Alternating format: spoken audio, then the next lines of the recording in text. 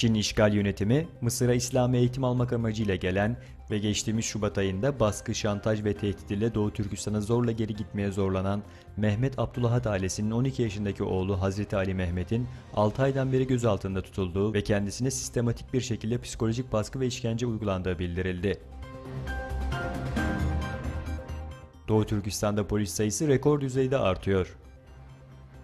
Columbia International Üniversitesi akademisyenlerinden Adrian Zenz'in aktardığına göre son 2 yılda Çin'de polis alımlarında bir patlama yaşandı.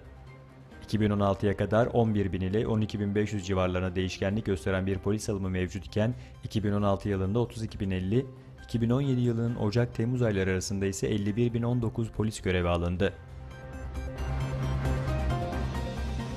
Çin'de bu yılın ikinci çeyreğinde kanun dışı içerikli 3918 internet sitesinin kapatıldığı bildirildi. Çin'de YouTube, Facebook, Twitter gibi uluslararası sosyal paylaşım sitelerine erişim yasaklanıyor.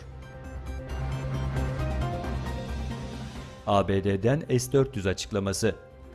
Türkiye'nin Rusya'dan almayı planladığı ve son dönemece girilen S-400 alışverişi hakkında ABD Genelkurmay Başkanı Orgeneral Dunford, eğer Türkiye Rusya'dan S-400 hava savunma sistemi alsaydı bu endişe verici olurdu. Fakat henüz böyle bir şey yapmadılar dedi. Cumhurbaşkanı Recep Tayyip Erdoğan, Suudi Arabistan Kralı Selman ile bir araya geldi. Daha sonra iki ülke heyetler arasında basına kapalı görüşme gerçekleştirildi.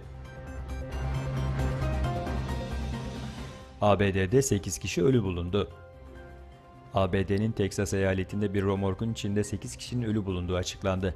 Bölgede yapılan incelemelerde ise 17'si ağır, toplam 30 yaralı bulundu.